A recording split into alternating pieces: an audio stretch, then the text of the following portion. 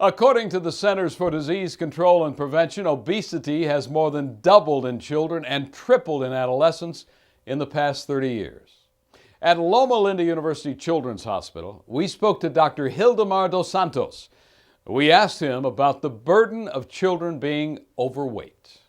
The burden of overweight and obesity in children in the United States is related to mostly the diseases of heart disease and diabetes and even cancer, are diseases that we are controlling somehow in the adult population.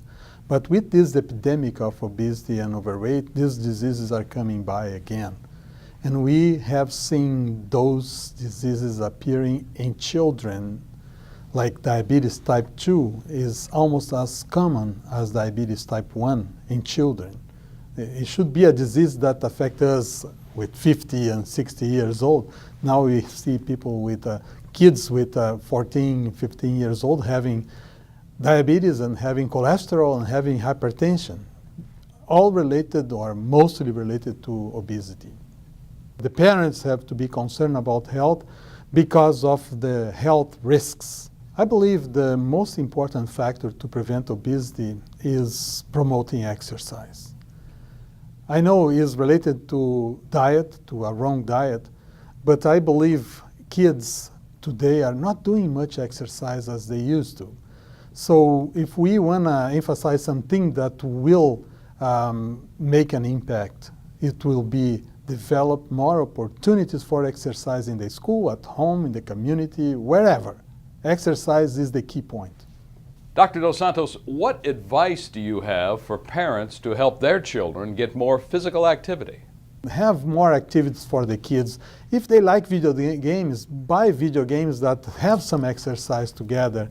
Put a treadmill in front of the TV. I mean, buy a rope for skip roping, and then those are the things we have to bring again the family fun to promote exercise in the family, and this will help to control the problem. I think children should learn how to eat a healthy diet, rich in fruits and vegetables, eat healthy snacks. But going on a diet is complicated. But of course, if he or she, the kids, needs to go on a diet, he should go under a supervision of a professional, especially a physician, and then it's okay. But in general, it's better to adopt a healthy diet and exercise. It's a combination of things. And basically is lack of physical activity or lacking of burning enough calories and increasing more calories in terms of foods. So we have cheaper foods today, more available to kids. We have a whole industry that focuses on kids with the wrong types of foods.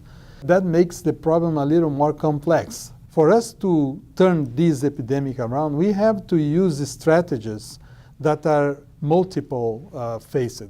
We have to include the food industry, we have to include the government, we have to include the community, school, and it has to be a multiple approach. Some people say that should be the same approach that we use for smoking cessation, or similar, that it has been very successful. If we use the same approaches, that includes policies, includes education at earliest level possible, and the community involvement.